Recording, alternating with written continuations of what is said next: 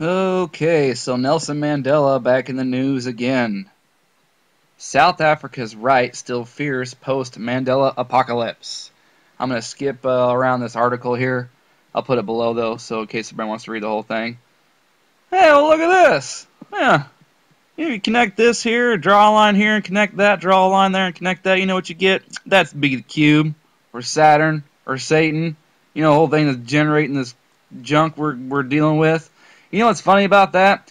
That thing is in the Arctic, and last year those Russians finally got to that Lake Vostok, you know, that subglacier lake that they're drilling and drilling and drilling for and have been forever, and it's 200 miles underneath the ice or whatever, and they finally got to it.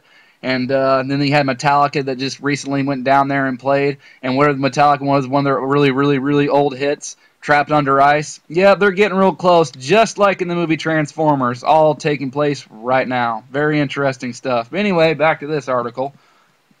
In South Africa, right-wing prophecies that Nelson Mandela's death will be followed by a racial apocalypse refuse to be quashed by events. Ever since the mostly peaceful transition to majority rule in 1994, the right-wing South Africans have claimed the moment would spell an end to reconciliation and unleash untold bloodshed. So ingrained was the idea of a night of the long knives that it even seeped into mainstream thinking. And let's skip down here. They are definitely planning something. It won't happen over one night, but it will be gradual. And this gets into more of the history of where this whole concept came from, but I want to mention this group they talk about down here. Van Rensburg prophecies were among those adopted by a white terrorist group, the Boer Mag, who plotted to kill Mandela and overthrow the government in the late 90s and early 2000s.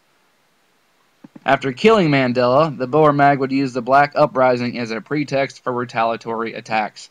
Very interesting stuff here. A whole bunch of interesting circumstances surrounding this man and his funeral alone, so this doesn't help him. This is added to it. So lots of stuff in Africa. I tell you what, you got all that stuff that took place in Algeria and Mali, and you have the Tunisia, the Egypt stuff, the Libya stuff. You got Somalia and Ethiopia, Iraq. Now we're sending troops to South Sudan. You got persecution of Christians. You got the whole stuff in Nigeria as well. I mean, that place is being molded into something.